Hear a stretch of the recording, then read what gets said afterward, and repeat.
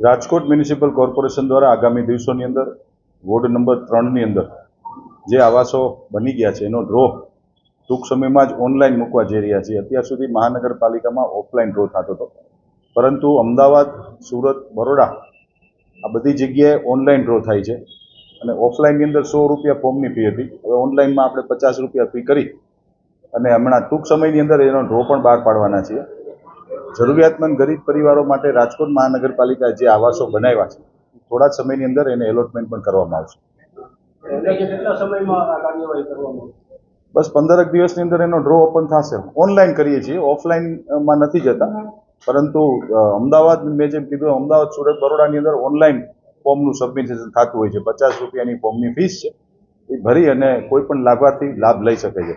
અને જે ક્વાર્ટર બીજા જેના ડ્રો થઈ ગયા છે અને જે ક્વાર્ટરો અત્યારે મહાનગરપાલિકામાં જે ખાલી પડ્યા છે એ ખાલીનો પણ જે સેકન્ડ જેના ફોર્મ જેને નથી લાગવામાં આવ્યા એ લોકોના માટે અમે ડ્રો કરવાના।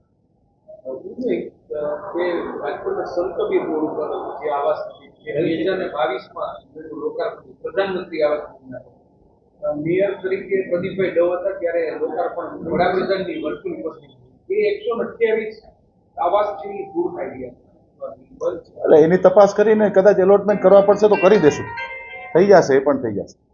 એમાં લાઇટ કનેક્શન સોલાર ગ્રીડ કરાવી છે, સોલારનો ખર્ચો માથે પડતા ઉત્પાદન માટેની તૈયારી હોય પણ વીજ કનેક્શન જ ન હોય તો ઉત્પાદન એ નહીં થાય, એને કોર્પોરેશનને નુકસાન છે। અધિકારીની બેદરકારી છે, આ છુપાવી લેવામાં આવ્યું છે પદાધિકારીથી કે એવું તો 2 વર્ષથી ત્યાં કોર્પોરેશનના ચોકીદાર તરીકે ત્યાં બેદરકારી એટલા માટે હું નથી માનતો। બેદરકારી જો હોય તો એ જ્યારે બાંધકામ શરૂ થતું હોય ત્યારે બેદરકારી હંમેશા સાબિત થતી હોય, પણ આવડી મોટી તમે આપ્યો છો 128 ક્વાર્ટરો બની ગયા છે અને 2 વર્ષથી પેન્ડિંગ છે, એમાં બેદરકારી ન હોય, પણ શું છે એ હકીકત હું જાણી અને હું આપને કહી શકીશ।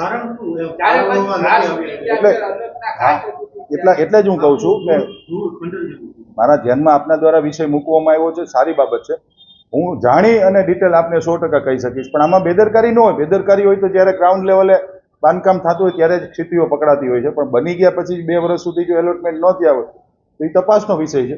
હું ચોક્કસથી તપાસ કરાવીને આપ બધાને જાણ કરીશ।